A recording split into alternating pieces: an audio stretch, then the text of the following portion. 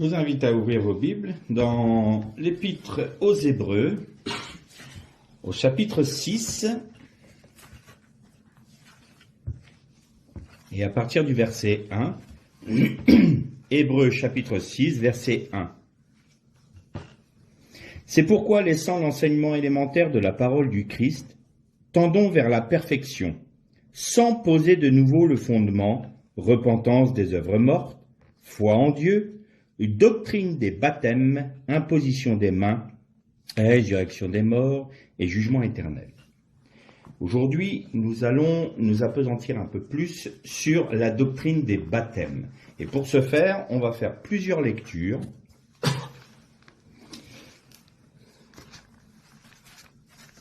Une dans Marc, chapitre 16, et on va lire le seul verset 16.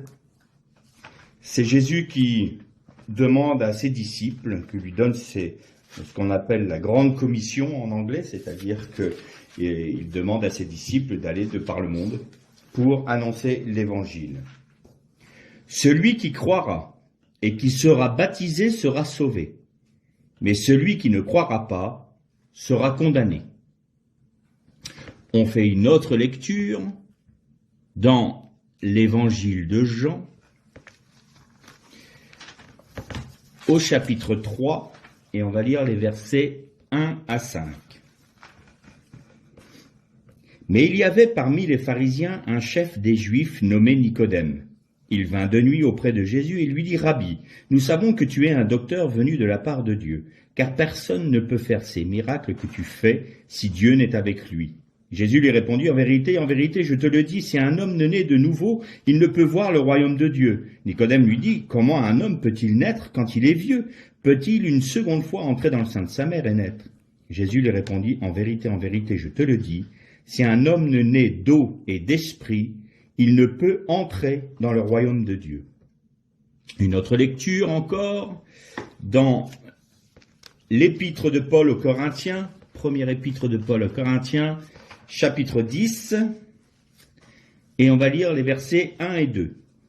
« Frères, je ne veux pas que vous l'ignoriez, nos pères ont tous été sous la nuée, ils ont tous passé au travers de la mer, ils ont tous été baptisés en Moïse dans la nuée et dans la mer. »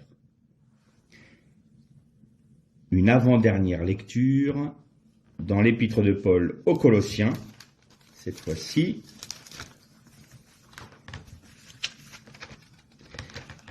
Alors,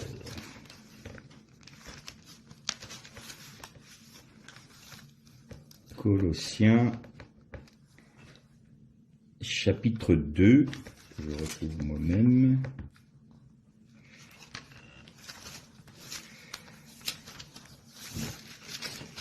Chapitre 2, et on va lire le verset 12.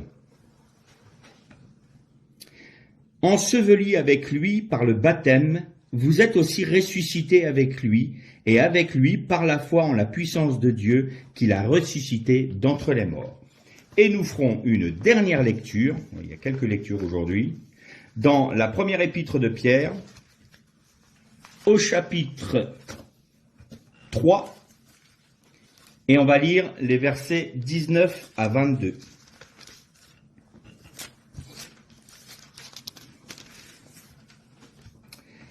Par cet esprit, ils sont aussi allés prêcher aux esprits en prison.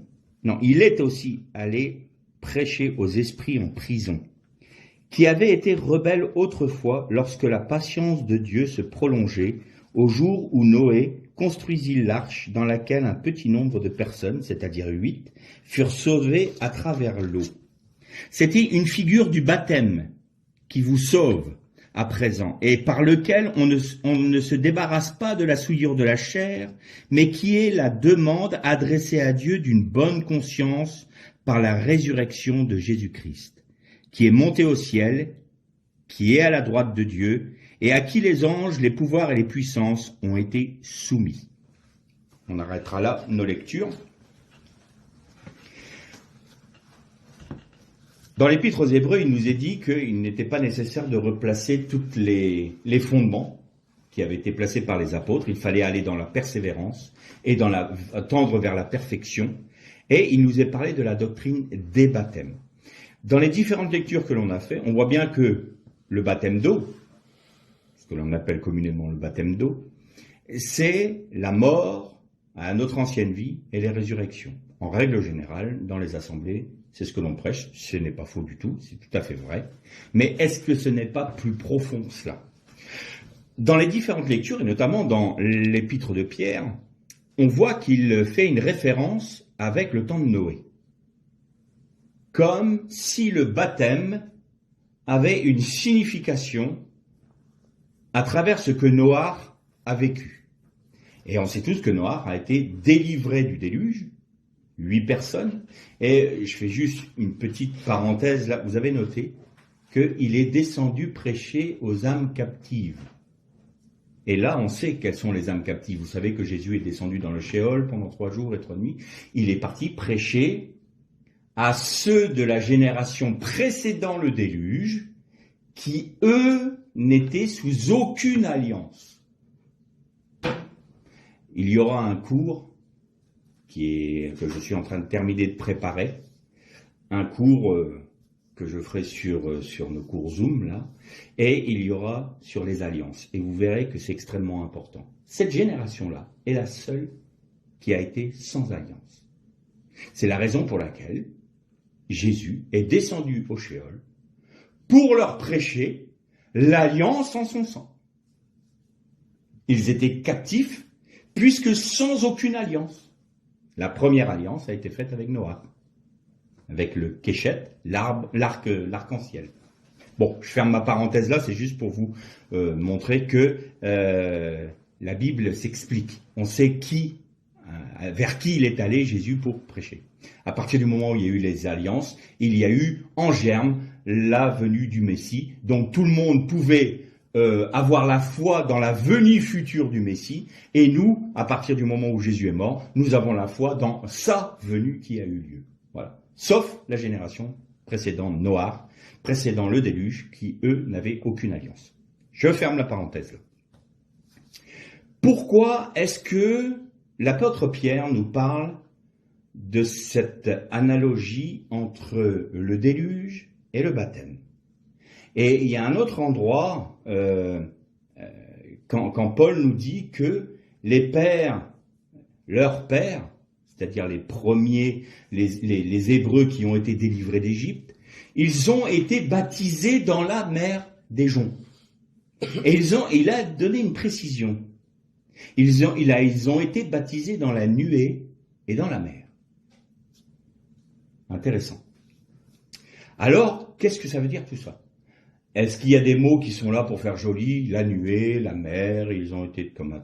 Non. Chaque mot dans la Torah a une signification importante. Pourquoi y a-t-il eu le déluge? Pour une simple et bonne raison, les eaux d'en haut sont venues purifier les eaux d'en bas. La terre était que violence, que tohu-bohu, il n'y avait que, désordre en tous sens. Il y avait une violence comme même nous aujourd'hui on ne connaît pas. C'est vous dire. La terre était, l'humanité et même la création était irrécupérable, j'ai envie de dire. Et le Seigneur a dit là, c'est fini. Je refais une création à partir d'un germe qui s'appelle Noach. Et Noach veut dire repos. Et je vous l'ai déjà dit, quand vous prenez son mot miroir en hébreu, ça donne le mot chen qui veut dire grâce. Donc Dieu fait grâce à un nouveau germe d'humanité à partir du moment où il rentre dans son repos, qui est la Teva, c'est-à-dire l'arche. L'arche, en hébreu Teva, veut aussi dire un mot, le verbe. Donc quelque part, Noach est rentré dans la parole de Dieu qui l'a délivré du déluge et il est rentré dans le repos de Dieu en rentrant dans la Teva et Dieu faisait grâce à l'humanité à travers sa parole. Les eaux d'en bas, c'est notre réalité. c'est la terre. C'est pas souvent j'ai entendu des messages qui disaient que l'eau d'en haut c'était les nuages. Non, non, non, non. Il y a deux réalités. Il y a la réalité divine et il y a la réalité qui est la nôtre. Nous faisons partie des eaux d'en bas. L'univers entier, c'est les eaux d'en bas.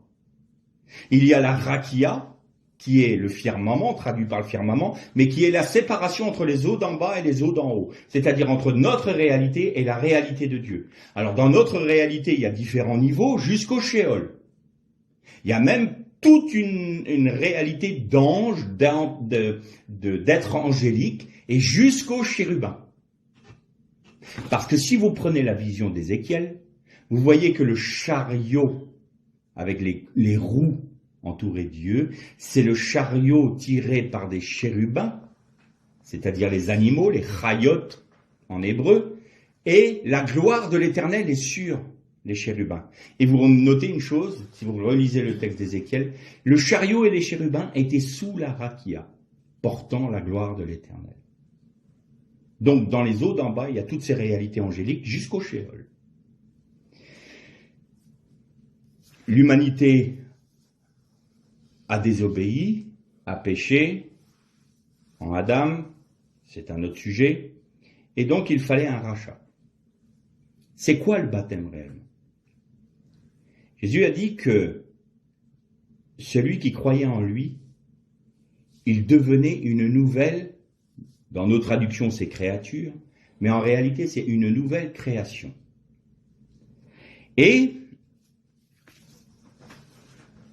lors de la création, il y avait les ténèbres, il y avait l'abîme, c'est-à-dire que de l'eau, le tohu vavohu, et il est dit, et l'esprit de l'Éternel virevoltait, planait au-dessus des eaux.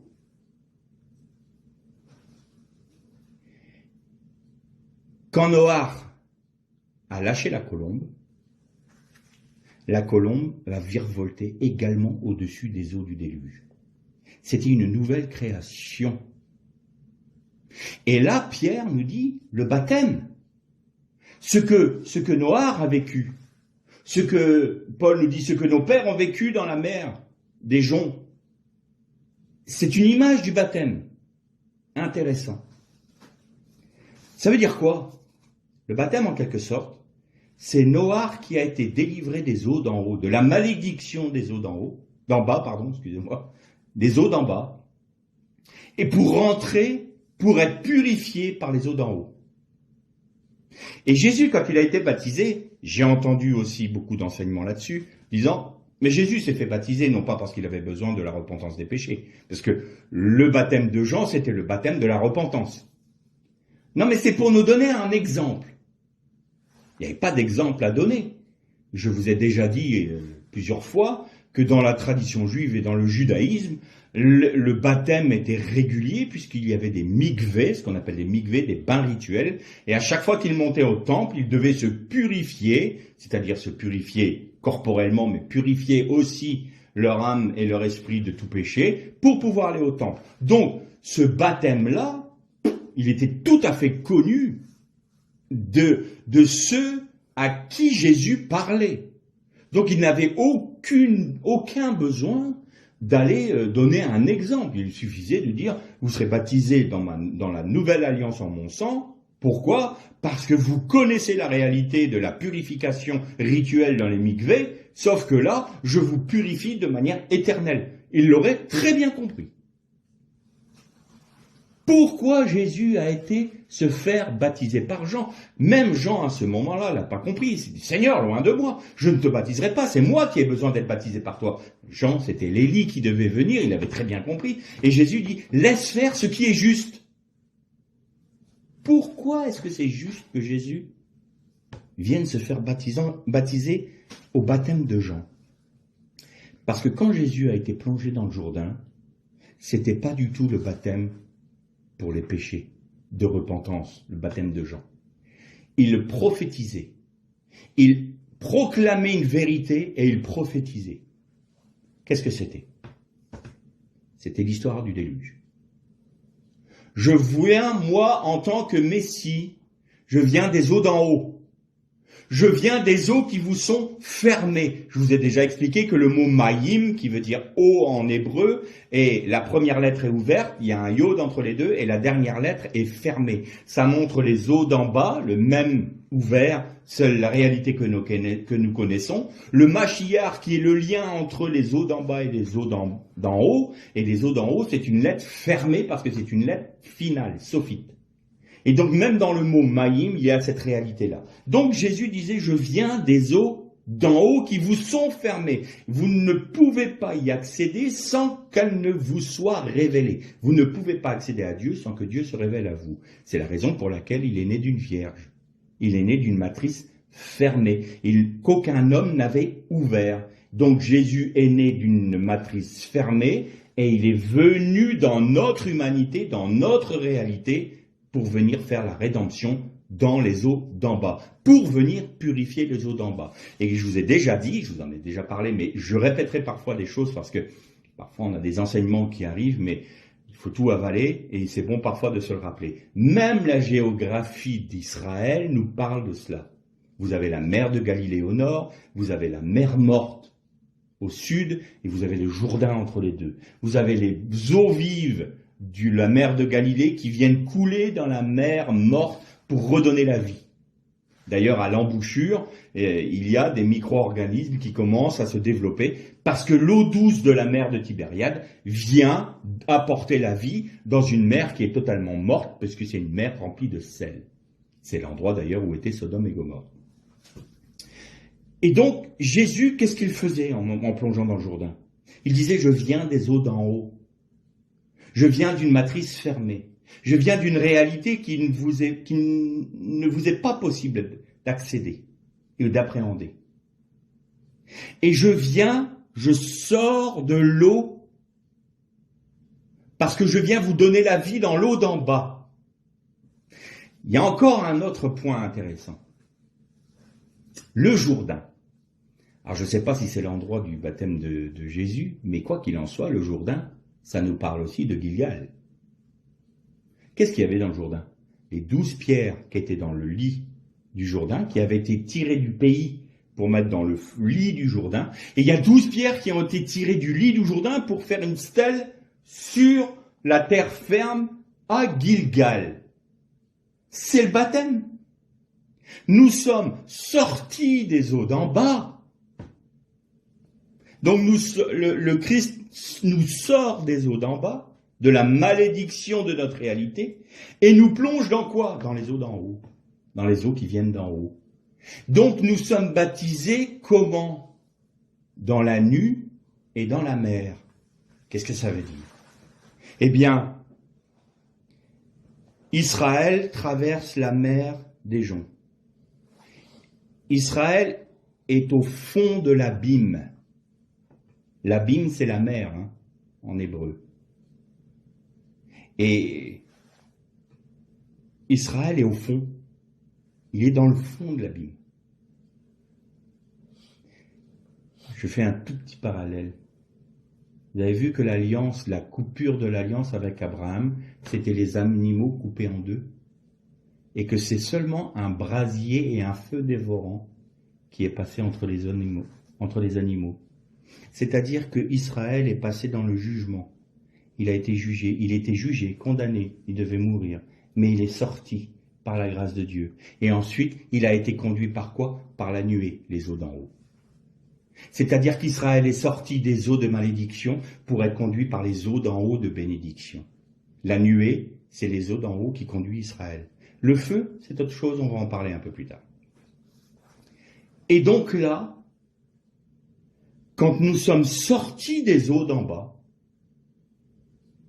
nous sommes purifiés par les eaux d'en haut et nous recevons la vie par le sang du Christ. Ça, c'est la réalité du baptême. C'est ça le baptême d'eau. Alors comment est-ce que on est dans cette position de recevoir ou d'être baptisé? Jésus a dit, celui qui croira et qui sera baptisé sera sauvé. Alors là, on va tordre le cou tout de suite à une doctrine qui est non seulement dangereuse, mais qui a amené des personnes dans des abîmes de désespoir. terrible, le baptême des enfants. Alors là, on l'a ça dans le monde catholique, mais aussi dans le protestantisme historique, le baptême des enfants, parce que celui qui croira et qui sera baptisé sera sauvé. Si on n'est pas baptisé, on n'est pas sauvé. Là, c'est n'importe quoi. Pourquoi? Parce que celui qui croira, premièrement, et, en hébreu c'est V, donc c'est et, ensuite, après. C'est une conjonction de coordination, et sera baptisé, sera sauvé. Un bébé ne peut pas croire. Il n'a aucune conscience du péché, aucune conscience de l'éternité, aucune conscience de qui il est, quoi. Un bébé ne peut pas le comprendre. Mais même un enfant qui n'arrive pas à l'âge de raison, pourquoi il ne peut pas? Parce que la loi a été donnée pour révéler le péché. C'est-à-dire que quand on connaît la loi, on sait qu'on la transgresse. Et là, on est coupable. Mais tant qu'on n'a pas compris cette réalité, qu'on est pécheur contre Dieu, comment voulez-vous que l'on soit pécheur? Je ne peux pas transgresser une loi que je ne connais pas. Et je vous ai déjà dit, c'est pour ça que les Français, parce qu'on est doué là-dedans, hein, nul n'est censé ignorer la loi. Comme ça, vous êtes sûr d'être pris. Ça, parce que même eux ne savent même pas toutes les lois qui sont édictées en France, nos grandes pontes là-haut. Et donc, comme ça, on met cette formule fourre-tout, comme ça, tout le monde y a droit. Bon, bref, je ferme la parenthèse. Donc là, un enfant qui n'a pas l'âge de raison, ben, il ne sait pas qu'il est pécheur. Donc il est innocent. Donc un enfant qui meurt en bas âge, ben, il est sauvé. Parce que Dieu est juste. C'est aussi simple que ça. Donc arrêtons ces histoires complètement folles où on a mis des parents dans des gouffres de désespoir parce qu'on leur a dit si votre enfant n'est pas baptisé, il n'est pas sauvé. Et donc, il y en a même qui ont été un peu plus loin, payer des indulgences pour pouvoir le salut de son âme, comme ça on faisait le tiroir caisse. Abominable. On vendait le salut. Et à des parents qui étaient dans le désespoir parce que leur enfant était mort et on leur a fait croire qu'il n'était pas sauvé parce qu'il n'était pas baptisé. Quelle horreur. C'est affreux ça.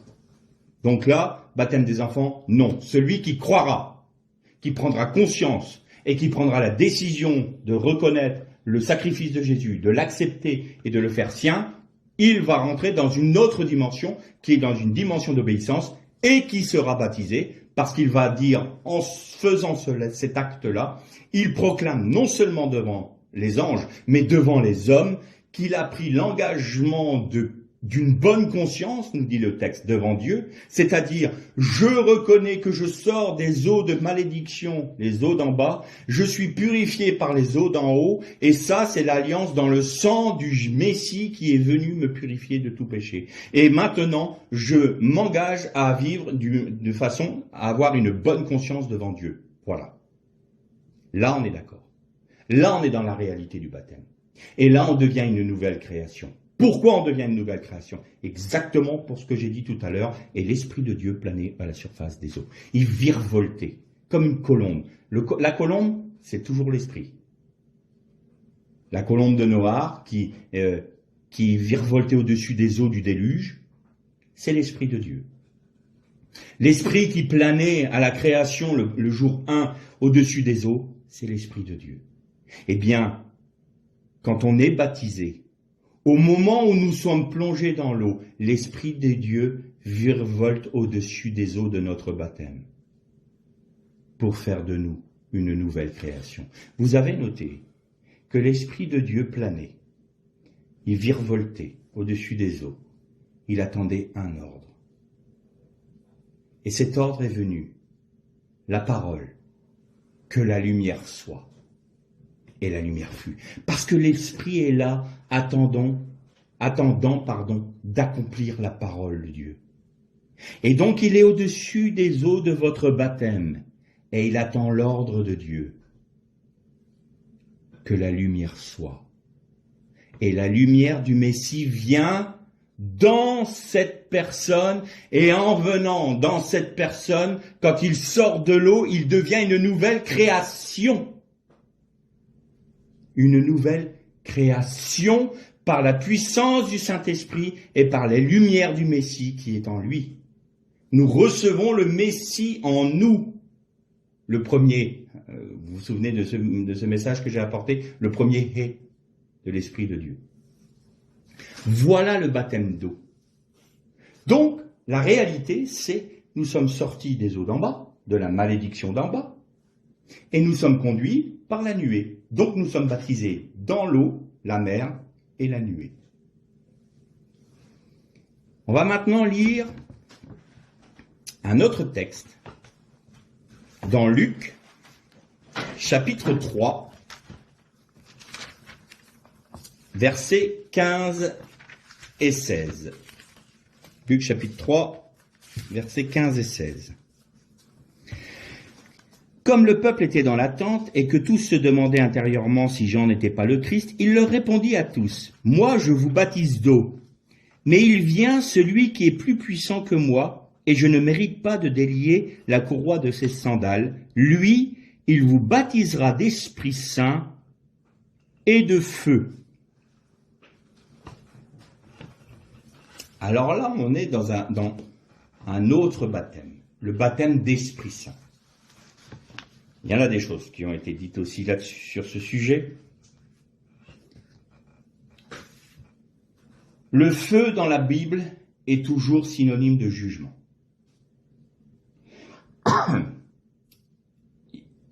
Les prophètes disent « L'Éternel est un feu dévorant ». Et dans le mot hébraïque « feu », nous avons cette notion-là. Pourquoi? Parce que le mot « esh », qui veut dire « feu » en hébreu, c'est « aleph » et un « shin ». Le « aleph », je vous ai déjà expliqué que cette lettre correspondait à l'Éternel, à Dieu, et le « shin », c'est une dent. Donc, l'Éternel est un feu, esh, dévorant. Il juge. Alors, qu'est-ce que ça veut dire, baptisé d'eau, d'esprit et de feu? On est baptisé d'eau, on est sorti de la malédiction des eaux d'en bas, on est purifié par les eaux d'en haut, on prend l'engagement devant les hommes en étant plongé dans les eaux du baptême, de mourir à notre ancienne vie pour vivre pour Christ et par Christ. C'est un engagement d'une bonne conscience devant Dieu. Et quand vous lisez les livres des Actes, à chaque fois qu'ils étaient baptisés, les apôtres imposaient les mains pour qu'ils soient baptisés dans le Saint-Esprit. Pour qu'ils soient baptisés d'esprit et de feu. Alors on a fait un synonyme. Être baptisé de feu, c'est être baptisé du Saint-Esprit. Non. Non. Quand j'entends des frères qui me disent « fire », quand j'entends des frères parfois qui prient « Seigneur, baptise-moi de feu », j'aimerais qu'ils soient sûrs de ce qu'ils demandent là. Parce que ce n'est pas forcément une mauvaise prière de demander d'être baptisé de feu. Mais attention, ça implique quelque chose d'extrêmement fort et grave. Et il ne faut pas faire cette prière n'importe comment. Je vais vous expliquer pourquoi. Baptisé d'esprit, c'est être oint. On reçoit l'esprit intérieurement, c'est Christ en nous. Nous recevons l'esprit de miséricorde. Maintenant, il faut que nous soyons oints de l'esprit qui nous fait marcher de sanctification en sanctification, de l'esprit de rigueur. C'est-à-dire, c'est comme l'onction, nous dit le prophète, l'huile d'onction sainte qui coule sur la tête d'Aaron, sur sa barbe, sur la barbe d'Aaron, sur les bords de ses vêtements jusqu'à ses pieds. Ça veut dire quoi? Ça veut dire que l'onction du Saint-Esprit va modifier vos pensées, modifier vos actions quand il coule sur les mains et modifier votre marche entière. C'est-à-dire que l'onction du Saint-Esprit va vous modifier totalement, c'est-à-dire qu'il va rendre réel les prémices que vous aviez en sortant des eaux du baptême, il va rendre réel ce que vous êtes devenu une nouvelle création. Ça, c'est le baptême dans le Saint-Esprit. Et donc, le baptême dans le Saint-Esprit a aussi une autre fonction qui est d'accomplir les œuvres du Père là où nous sommes placés, c'est-à-dire dans le corps du Christ qui est son Église. Et donc, nous allons pouvoir, à la mesure de l'Esprit, du don de l'Esprit que Jésus nous a donné, pouvoir manifester et les dons spirituels et les ministères. Ça découle de l'onction du Saint-Esprit. Et le premier d'entre eux, de don, c'est pour un don personnel, parce que celui qui parle en langue s'édifie lui-même. Donc, c'est pour ça que le premier, ou un des premiers signes qui est de l'onction du Saint-Esprit, c'est le parler en langue. Alors là aussi, oui, mais je parle pas en langue, alors comment ça se fait? Est-ce que je suis vraiment baptisé? Est-ce que je suis pas baptisé? C'est une question de foi. Est-ce que vous êtes mort à vous-même? Est-ce que vous êtes engagé dans les eaux du baptême pour vous dire, je suis mort à mon ancienne vie, je ressuscite en Jésus-Christ, maintenant je veux avoir une bonne conscience devant Dieu et je veux marcher selon ses commandements, je demande au Seigneur par sa grâce de me baptiser dans le Saint-Esprit, oui et amen, d'accord? Parlez en langue. Arrêtez de vous poser des questions. Alors ça peut être gênant comme ça, mais mettez-vous dans un coin tout seul, dans un endroit tout seul, et vous dites, Seigneur, je crois en ta parole, tu as dit que j'étais baptisé dans le Saint-Esprit à partir du moment où j'étais rentré dans l'obéissance du baptême par immersion. Je l'ai fait, je le crois. Amen, amen. Je parle en langue. Allez-y, lancez-vous. Vous serez surpris. Moi, j'ai un esprit très cartésien. Et quand il a fallu que je me lance à parler en langue, aïe. J'attendais que le Seigneur prenne ma langue et me la fasse bouger dedans. Ça marchait pas. Puis au bout d'un moment, je croyais, je savais, je sentais la présence de Dieu d'une telle façon. Je dis, mais c'est pas possible, je dois avoir ce don. Et au bout d'un moment, bah oui, je me connais, j'ai dit, bon bah Seigneur, maintenant il y en a marre, tant pis, même si je baragouine, je dis n'importe quoi, j'y vais. Et c'est parti. Seigneur attendait que ça. C'est quoi? C'est le saut de la foi, ça. Seigneur, je vais baragouiner, je m'en fiche, allez hop. Et puis tout d'un coup, vous sentez que vous dites des mots, et les mots reviennent, vous ne pouvez pas le contrôler. Enfin, si, vous le contrôlez, mais vous ne pouvez pas l'intellectualiser. Et vous reconnaissez que vous parlez une autre langue, et vous reconnaissez des mots. Vous dites, bah, ça peut pas venir de moi, c'est pas du charabia, puisqu'il y a une logique. Bah oui, vous êtes baptisé dans le Saint-Esprit, c'est aussi simple que ça, c'est la foi. Alors ceux qui sont en train de se poser des questions, est-ce que je peux être baptisé? Oui, tu obéis, tu es plongé dans les eaux du baptême, dans cette réalité que je viens d'expliquer. Alors maintenant, parle en langue. Mais plus, Seigneur, maintenant, nomme-moi, donne-moi mon nom. Nous avons un nom dans l'éternité. C'est pas le nom que nous portons, que nos parents nous ont donné, c'est le nom que Dieu nous donne. Donne-moi de reconnaître qui je suis en toi. Et alors il vous donnera les dons et les ministères que vous devrez manifester pour l'édification de l'Église. Et tout se fait dans la simplicité et l'ordre. Et selon la base, une seule base, mon juste vivra par sa foi. C'est la foi, c'est simple. Alors le feu, c'est quoi le feu? Eh bien quand vous dites Seigneur baptise-moi de feu, ça veut dire Seigneur que ton jugement me frappe. Seigneur viens me juger.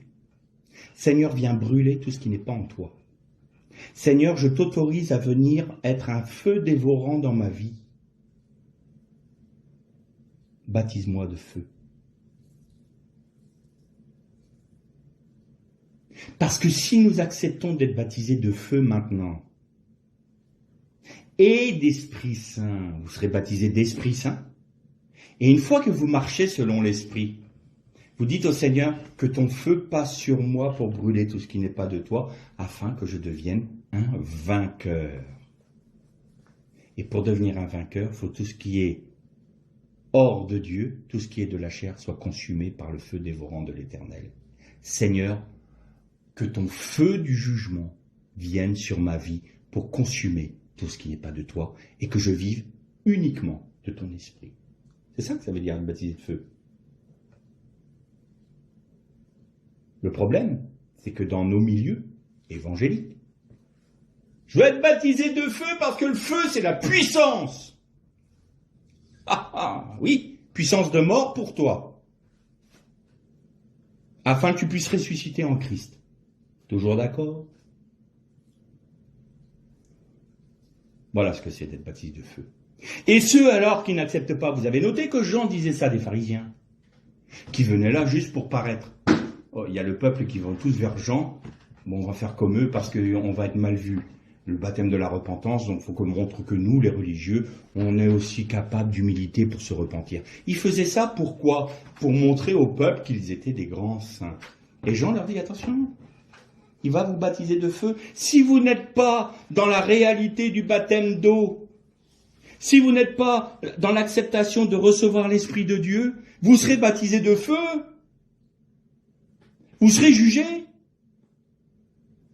Et si vous ne vous repentez pas, c'est les temps de feu qui vous attend.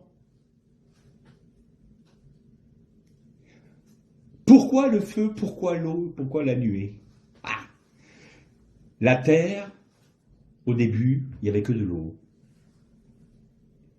Et à la fin, donc la première terre a été détruite par l'eau, nous dit Pierre. Et la dernière terre, enfin, notre terre actuelle, sera consumée par le feu. C'est les deux marques de jugement. Et dans ce laps de temps-là, il y a la grâce. Et à la fin du temps de la grâce, il y aura le temps du règne du Christ. Et après, tout ça sera consumé pour donner place à une nouvelle réalité, la réalité d'origine de ce que Dieu voulait, c'est-à-dire une terre et un nouveau ciel parfait. Mais il y a une chose merveilleuse, c'est que le Messie, une fois que tout sera accompli, qu'il aura mis sous son autorité toutes les dominations, toutes les principautés, tous les esprits, et ayant été uni à son épouse, viendra lui-même se soumettre au Père pour rentrer dans le 8e jour qui est le jour de l'éternité, le Olam Abba, le nouveau monde, les nouveaux cieux, la nouvelle terre. Et la Bible nous dit que Dieu lui-même viendra habiter au milieu de cette nouvelle terre-là. Il viendra habiter dans la Nouvelle Jérusalem. C'est pour ça que Jean dit il n'y aura pas de temple, parce que Dieu sera lui-même dans la Nouvelle Jérusalem. La gloire de Dieu était dans le temple, mais là c'est Dieu lui-même. C'est qui la gloire de Dieu? Ézéchiel encore. Et là, la shrina, c'est-à-dire la gloire, la kavod, c'est la gloire de Dieu. La kavod de Dieu est sur le char, Merkava, Merkavati. C'est un char. D'ailleurs, le char israélien pour la guerre, c'est un Merkava. Ça vient de là. Avec les roues et les chérubins. Et elle va sur le seuil du temple. Elle s'élève.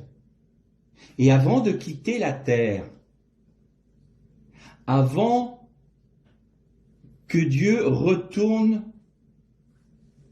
dans les eaux d'en haut sans être dans les eaux d'en bas, et que sa présence va quitter les eaux d'en bas, à cause du péché du peuple, eh bien, il va se poser sur le mont des Oliviers, la montagne qui est à l'est de la grande ville de Jérusalem, nous dit le texte d'Ézéchiel. Et de là, il est monté au ciel. La kavod de Dieu, la gloire de Dieu s'en est allée. Où est-ce que va revenir le Messie? Quand le Messie va revenir. Pas le Messie Mashiach ben Yosef, qui est le Messie souffrant qui a donné sa vie, ça c'est la grâce. Mais quand il va venir régner sur la terre, la kavod de Dieu va revenir sur terre, sur le mont des Oliviers, et va régner en Israël et sur toute la terre. Et après cela, c'est pas la gloire de l'Éternel qui va être au milieu des siens lors de la Nouvelle Jérusalem, c'est Dieu lui-même, le Ein Sof. Est-ce qu'on s'imagine une seule seconde? J'en parlais avec ma femme hier, et on s'est dit tous les deux, notre cerveau est trop petit pour intégrer la réalité. Dieu lui-même, l'infini, l'insondable, celui qui ne peut être nommé, va vivre au milieu de nous, et nous aurons la grâce de vivre dans sa présence pour l'éternité. C'est ça la récompense, c'est ça notre récompense en tant que vainqueur, comme nous dit Paul. Pour lui, il perdra sa récompense. Pourquoi? Parce qu'il y a plusieurs demeures dans la maison de mon Père. Il y a ceux qui vivront dans la Nouvelle Jérusalem, qui seront dans des colonnes dans le temple de Dieu. Relisez-les cette église. les lettres aux 7 églises d'Asie. Et puis il y a ceux qui ne seront pas sur la montagne de l'Éternel, qui vont être dans l'éternité, qui ne seront pas réprouvés, mais qui ne seront pas dans la présence directe de Dieu. C'est ça les récompenses. Et c'est pour ça que l'on doit prier, Seigneur, baptise-moi de feu, que ton feu vienne me juger, afin qu'il n'y ait plus rien en moi qui t'entrave ta vie. Je veux être un vainqueur, je veux vivre de ta victoire. Je suis pas vainqueur parce que je suis bon, je suis vainqueur parce que lui est victorieux en moi. Alors, toute la réalité des baptêmes est là présente. Nous sommes sortis de la malédiction des eaux d'en bas. Nous sommes purifiés par les eaux d'en haut. Nous sommes conduits par les eaux d'en haut. Nous sommes également jugés par le feu de l'Éternel. Et nous sommes loin de l'huile d'onction sainte en Jésus-Christ. Mais non seulement ça, mais si nous acceptons d'être jugés par le feu également nous permet de voir dans les ténèbres. Ce qui nous donne la capacité de discerner les œuvres du diable et ce qu'est la volonté de Dieu et ce qui n'est pas la volonté de Dieu, c'est que le jugement de Dieu s'opère en nous pour nous dessiller les yeux et que les Saint-Esprit nous révèlent la lumière du Christ. Alors nous voyons. Mais si nous ne nous laissons pas juger, nous ne comprenons pas la parole, et la parole est la lumière de Dieu. Et la lumière de Dieu qui est la parole, c'est Jésus-Christ. Quand on dit « je te prie au nom de Jésus-Christ », on dit « je te prie au nom de ta parole ». Alors est-ce que nos prières sont toujours dans la parole, basées sur sa parole? C'est ça, être au nom de Jésus. C'est pas une formule magique. Au nom de Jésus, c'est « je m'appuie sur ta parole parce que ma prière est conforme à ta parole. Alors ma foi peut s'exercer. »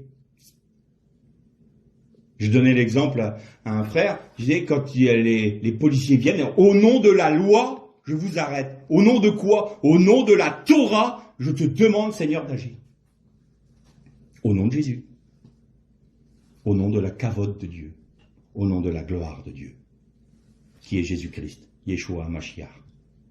Vous voyez que le baptême, c'est très important. À partir du moment où on a cru, où on reconnaît le sacrifice de Jésus, où on demande pardon pour nos péchés, parce qu'on reconnaît que nous sommes dans les eaux d'en bas, nous sommes sous la malédiction. Nous disons au Seigneur, je te demande pardon. J'accepte de vivre pour toi, et je vais commencer déjà par l'obéissance. Le premier acte, c'est je vais demander à être baptisé. Parce qu'en acceptant d'être baptisé, je révèle à mes frères et aux anges dans les cieux, et à toi, ô Éternel, qui me vois, je te dis, oui Seigneur, j'accepte le jugement que tu as prononcé, je suis dans l'abîme de la mer, je sors de la mer, et donc ton esprit fait de moi une nouvelle création, et maintenant je marche selon ta nuée, c'est-à-dire par la grâce et par la puissance des eaux d'en haut, et je te demande de me oindre de ton esprit, et que ton jugement fasse toute son œuvre dans ma vie, pour ne pas être jugé quand je serai devant toi. C'est ça le baptême. Et c'est ça, pour ça que c'est important. Alors c'est pas un rite.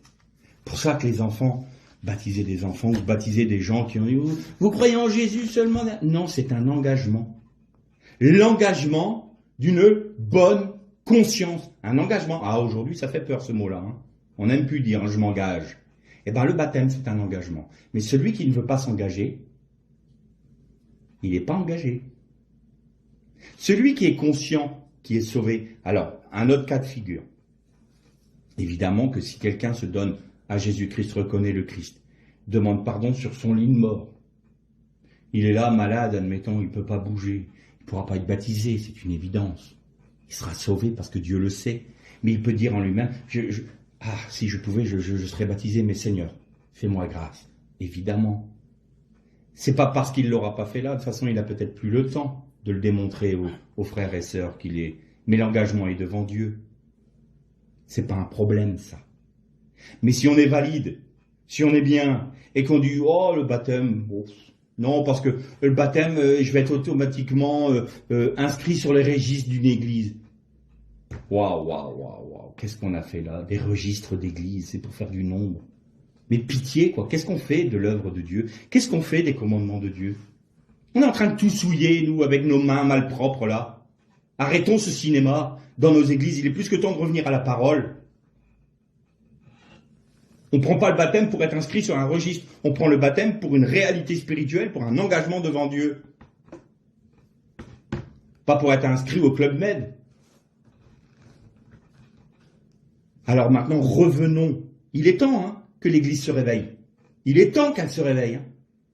Parce que entre ceux qui baptisent n'importe comment et ceux qui vont faire attendre 5, 10, 15 ans parce qu'il faut faire une réunion de baptême de ceci, réunion de baptême de cela, relisez la Bible et regardez ce qui est marqué dedans et arrêtez d'inventer des histoires, n'importe quelle histoire. C'est ridicule.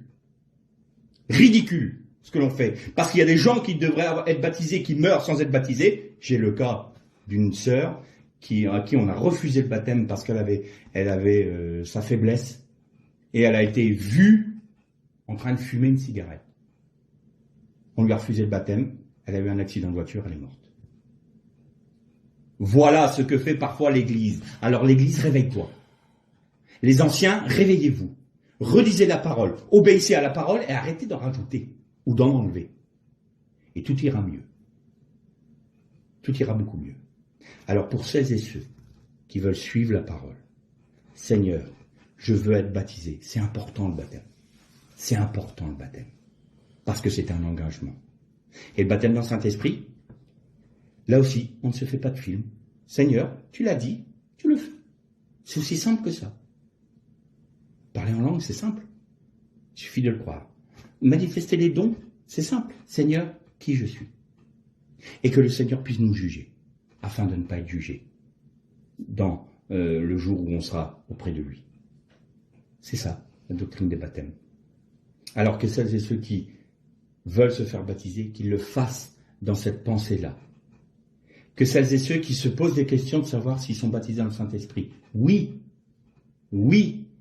parce que quand on sort des eaux du baptême d'eau, l'Esprit de Dieu fait de nous une nouvelle création. Et nous sommes baptisés, oints du Saint-Esprit. Alors, arrêtez de vous faire des films, de vous inventer des histoires. C'est simple, c'est très simple.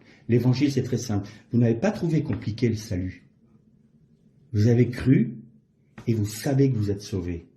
Eh bien, être baptisé en Saint-Esprit, c'est la même chose. Manifester les dons spirituels, c'est la même chose. Vous avez cru, vous le manifestez. C'est pareil. C'est pas plus compliqué. Alors, parfois, je peux avoir des paroles très sévères envers des personnes qui font n'importe quoi et qui s'enferment dans leur tradition et leur fausse doctrine sans s'occuper de ce que dit la parole de Dieu, parce qu'on a toujours fait comme ça, alors je vois pas pourquoi on ne continuerait pas à faire toujours comme ça, alors que la parole de Dieu ne le dit pas. Donc là, oui, j'ai des paroles sévères. Parce que l'état dans lequel se trouve l'Église aujourd'hui, où elle est méprisée, où elle est raillée, où elle est souillée, salie et piétinée, c'est parce qu'on fait n'importe quoi avec la parole de Dieu. Croyez-moi que si on respectait la parole de Dieu, si on s'humiliait devant Dieu, si on fermait la bouche devant Dieu pour le laisser nous parler et nous conduire, eh bien croyez-moi que même le monde et les démons trembleraient devant nous. Aujourd'hui, ils ne tremblent pas devant l'Église. Pourquoi? Alors, peut-être qu'il nous faut nous repentir. Même si ce mot-là n'est pas à la mode, oui, eh bien peut-être qu'il faut qu'on se mette à genoux dans toutes nos assemblées, qu'on demande pardon au Seigneur pour toutes les fois où nous ne l'avons pas laissé agir, où nous ne l'avons pas laissé conduire nos réunions, où nous ne l'avons pas laissé conduire nos vies, et où nous nous sommes rebellés contre lui, et en lui demandant de bénir des œuvres de la chair plutôt que des œuvres de l'esprit. Alors il serait temps de nous mettre à genoux, de demander pardon, de laisser le Seigneur agir, et de faire en sorte que Christ puisse vivre pleinement, se glorifier lui-même à travers nous, et pas l'inverse.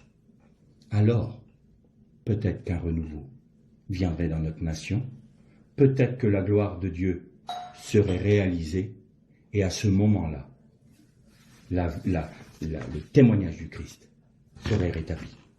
Que le Seigneur vous bénisse.